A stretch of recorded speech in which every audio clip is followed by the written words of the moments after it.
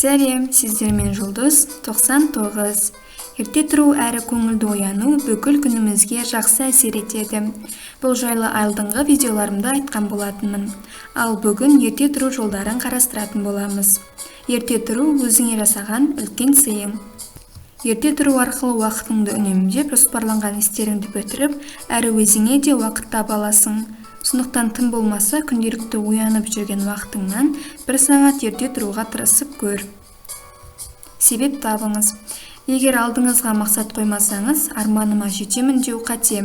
Мақсатсыз арман болмайды.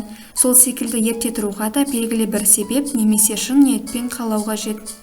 Ұйықтар алдында сол себепті өзіңізге қайталаңыз. Мысалы, мен өзіме уақыт арнағым келеді, кітап оқығым келеді, сабаққа асықпай барғым келеді, жұмысқа кешікпей барғым келеді және тағы да басқа. Сол кезде миыңыз бұл ақпаратты қабылдап ерте тұруға көмектеседі. Оятқышты күнделікті оянып жүрген уақытыңыздан жарты сағат бұрын қойыңыз.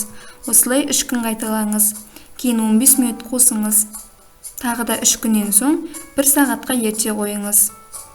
Осылай қайталау арқылы сіз қалаған уақытыңызда ояна аласыз.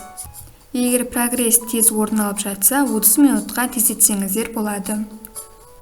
Дисциплина. Қай істе болмасын, тәртіп негізгісі. Сол себепті күнделікті қиын болса да тұруға тырысыңыз.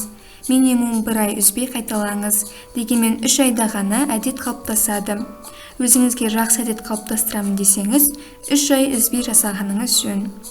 Оятқышты төсегіңізден алыс қойыңыз. Әрине күлкілі, дегенмен іске асады. Көбіне қайталанған әуендер жүйкеге тиеді, сол себептен бірден өшіруге ұмтыламыз. Ал өшірем дегенше оянып үлгермейсіз бе? Кейін ұйықтаудың да керегі жоқ. Ұйықтар алдында бөлмені желдеткен абзал, әрі қараңғы бөлмеде ұйықтау қажет. Жақсы ұйықтауыңызға септігін тигізеді. Нәтижесінде оянуыңыз да тез болады. Ерте тұруға тырысудың өзі жетістіктің жартысы. Тек шыңдап қолға алып, күнделікті әдетке айналдырсаңыз болғаны.